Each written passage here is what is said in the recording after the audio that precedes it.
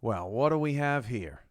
Mike St. Green back in the building 2 weeks earlier than expected. He's back from his harrowing journey around this great country. Mike, welcome to the semifinals.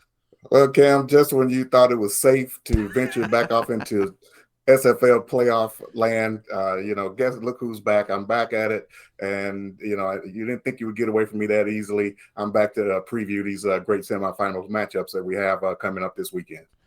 Yeah, it's it's going to be terrific. And Tyler Falk was exceptional in the wild card round, quarterfinal round. He'll be back with both of us for the championship next week. But those quarterfinals, Mike, they were something else, and Yeah. and really delivered in a way that season 18's playoffs did not, which we've talked about a few times. Yeah, the playoffs this season, they've been great, Cam. We've seen a couple of walk-off field goals. The quarterfinals were amazing with the biggest walk-off. I think probably outside of the field goal that was hit in the championship game a couple of seasons ago, the biggest field goal probably in SFL history with what was on the line and the distance of that field goal at that time. Yeah, it was just tremendous. And the winner of that game, the Arizona Scorpions, well, they're going to London to take on the London Knights tomorrow, Saturday at 6:30 p.m. Eastern. And neither of these organizations has won a championship. Arizona made it in season 1 and season 2 as Oklahoma City, but the franchise has not been back to the championship game since. They have never been as Arizona. And what do you know, Mike? The old owner of the Oklahoma City Renegades, Michael Irvine, is on the London Knights, Tiberius Bovine. And London has never made a championship game in franchise history. So this is going to be a big first for someone, and a lot on the line for both of these teams who have worked very hard to get to where they are today. Yeah, Cam, this is a very emotional matchup for me. I've been a part of both of these locker rooms way back, young SFLers before your time. When the non-contract days, I did spend some time in Arizona. I have great relationships over there. Of course, I came into my own with London the past couple of seasons. Man, I have great relationships with that locker room and people over there. So it's kind of an emotional matchup for me, but I'm excited to see both of these teams here where they are right now. And it's going to be a tremendous matchup, Cam. Great offenses and, great defenses on both sides. Yeah, I feel like this game could take a turn because the quarterfinals were just full of offense. It's hard to believe that with both of these defenses that's going to be the case again. You've got Cam Frosby, the leader in sacks in the SFL. And then on the flip side, you have Robert Merrill, who, to counter my point, Mike, is going to face an Arizona defense that really struggled against the run last week. Charlie Beletsky ran all over Arizona, and it almost cost the Scorpions that game. Yeah, it's going to be interesting to see what type of defense that the Scorpions deploy against the Knights. And another ironic thing is the first time the Knights ever made the playoffs was against Arizona. Arizona, totally obliterated London in that game. 31-0 at halftime.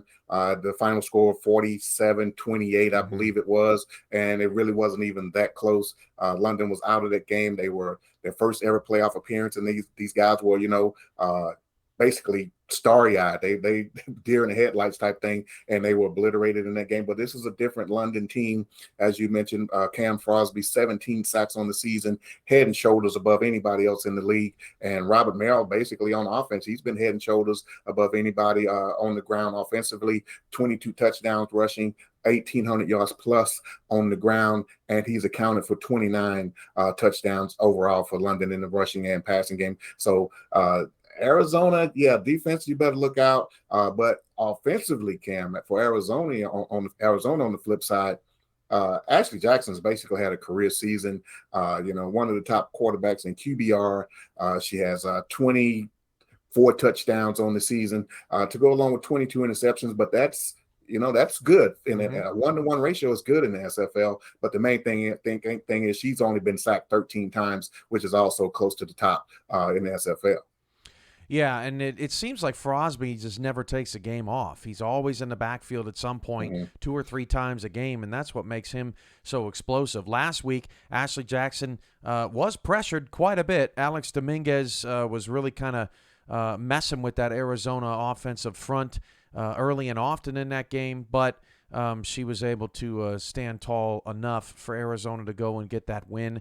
How about the emergence of TJ Punk, Mike St. Green? The Hmm. last 2 games here in these playoffs, of course, Arizona set a franchise record for points scored at home in their wild card win over Lone Star, and then they go and score 36 in Florida, a place that they had never won before. And this offense is just, I mean, it's going crazy. And TJ Punk, out of nowhere, has become this elite target, elite connection with Ashley Jackson. To be honest with you, Cam, it did not surprise me to see this out of TJ Punk, what he was able to do last weekend and really all season long. Because coming in, I felt like looking at him, looking at his numbers, what he's grown to be as a player in his 5th season, I just felt like this was possibly a breakout season for him, and he was a huge reason as why Arizona won that game last week. Huge numbers individually, but also a huge catch to even set them up for that last second field goal that they were able to pull it out at the end. But yeah, Ashley Jackson has found a huge target in him after losing the Hands brothers over the past couple seasons, and the London, defense in their own right are going to have their work cut out for them. The great secondary over there, Yo, Blackman, Ewing, these guys are great. But man, this is going to be a tremendous matchup, and I can't wait to see how this plays out on the field. It's hard to imagine that Robert Merrill is not the MVP just because he was on Hmm. the best team, had the best season above and beyond any running back in the SFL this season, and you could, make a case for like a Liam Hammer or a Scar Patterson, but their team didn't do much in terms of wins this season, so it kind of takes them out of the running.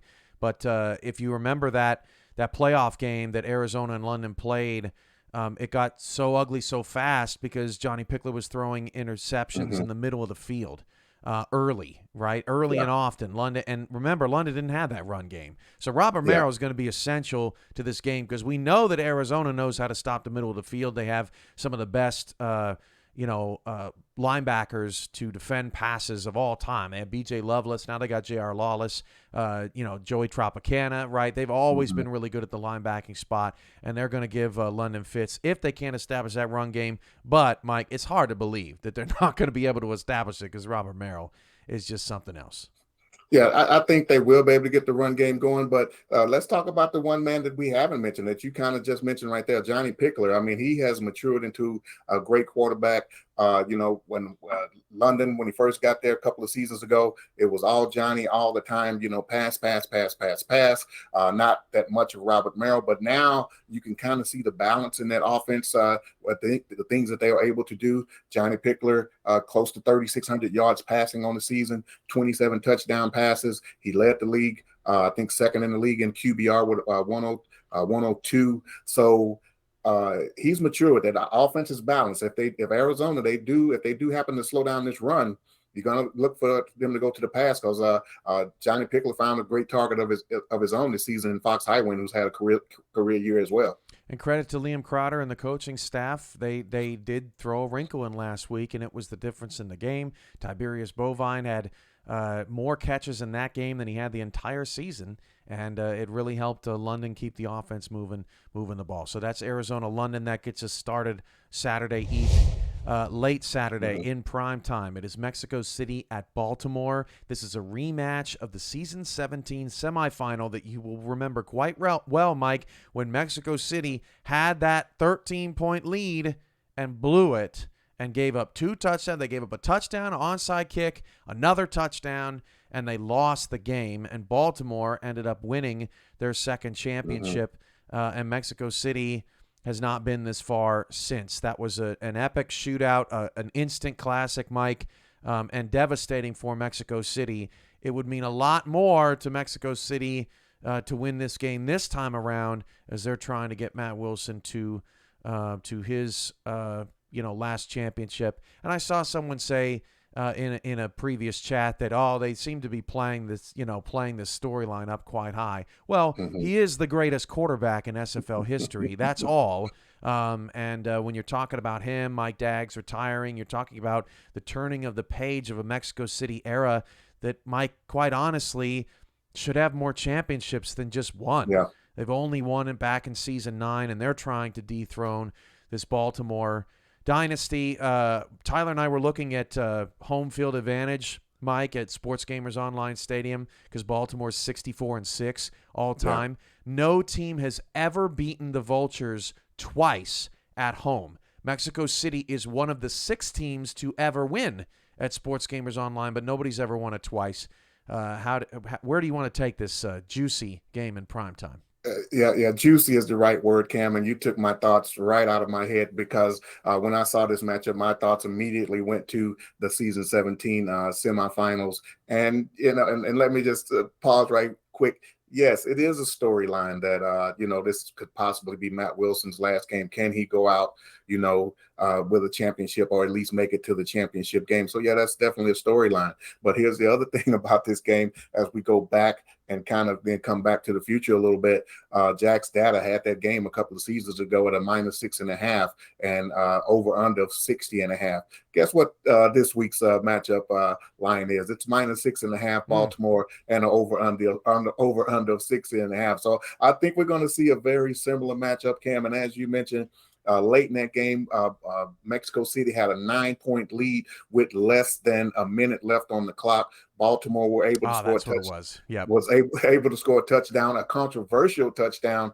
T-Roy game, they threw a short touchdown pass to him. They say he got in. It wasn't reviewed, but it looked kind of close to me. And then Mexico City was able to get the onside kick and kick a field goal, walking off, less than 20-yard field goal with less than 3 seconds to go, and end up winning the game after getting the onside kick. So 45-44 was that result. Are we going to see something similar this game, Cam? I think so. Maybe not as high scoring. I think I would go under that 60.5 that Jack's data has. I'm sorry, under that 60.5 that Jack's data has. But I think this game is going to be Mexico City is going to keep it within that -6. I don't know if they're going to win or lose, but I think it's going to be a close one, like we saw a couple of seasons ago. Yeah, and Baltimore recovered the onside kick, and they were only down 10. I said it was 14 earlier, so yeah, we Mike and I got there at the end. But go watch the highlights. The game was an instant classic. Yeah. But I will say that one thing that Mexico City did not have in that season 17 semifinal was Phoenix Jones and Mm-hmm. Ray Bentley. I mean, this has just been unbelievable what they've done. They've totally transformed the way that this team plays football. And I think now the worry is, well, what is Baltimore going to do with this run game? And if they do shut it down, if they do manage to shut it down, what does Matt Wilson have left? Yeah. Is Mexico City going to try to switch it up to get Baltimore, to stack the box? I think what Mexico City does with the ground game and what Baltimore does to defend that ground game may be the difference in this game. Yeah, and what type of wrinkle are the Aztecs going to throw, as you mentioned, to maybe throw the Vultures off in this game? We don't know, but I say play to your strengths. I mean, your strengths have been Phoenix Jones and Ray Bentley pretty much all season long. And when you need something in the passing game, of course, you go to Mike Daggs. And I'm not sure if the Aztecs can beat Baltimore with the outside passing game. To the receivers. I don't know if these guys are mature enough yet to handle that great defensive secondary over there in Baltimore, but that remains to be seen. So we may see a couple of wrinkles here or there. But if I'm Mexico City, if I'm on that side of the ball, I keep trying to run my efficient offense, ground and pound these guys, and try to create my offensive opportunities in the passing game off of my run game. We've seen this Mexico City handful of times this season, Mike. And one Mm-hmm. thing that troubles me about the Aztecs is that they start so slow. They Yeah. started that last game. If they start slow in Baltimore, they're in huge trouble. And what they really need, Mike, is a Jeffrey Daggs kick return touchdown early, right? Because I don't think they've gotten one since week 1 when he beat Jacksonville at the convention in Las Vegas. And they need something to start fast. They need something to spark plug them, because it feels like they've been playing from behind every week, and that's the one concern. And it's worth noting that Baltimore didn't have Warren Murray either when they won that season 17 game as well. So these running games have been totally transformed, and we expect an instant classic here. Yeah, we definitely do. And And Mexico City, as you mentioned, yeah, possibly a big play in the kicking game. Our defense gets a quick turnover, pick six. That will definitely help because one thing we have seen throughout the past few seasons, if you give uh, Baltimore, if you start matching them field goal for touchdown, you're going to lose that battle more often than not. So. I don't think we've seen the more explosive Baltimore team that we've seen in the past, but Mac Chima, Ivory Irvin, these guys can get things done very quickly. And I expect to see a lot of that in this game. And as you mentioned, we did have a Warren Murray a couple of seasons ago, and he was absolutely fantastic in the playoffs last season and led them to their third championship. Quite frankly, Mike, now that I think more about it, we could see a very low scoring, efficient game as well. Both Yeah. these offenses are just chain movers.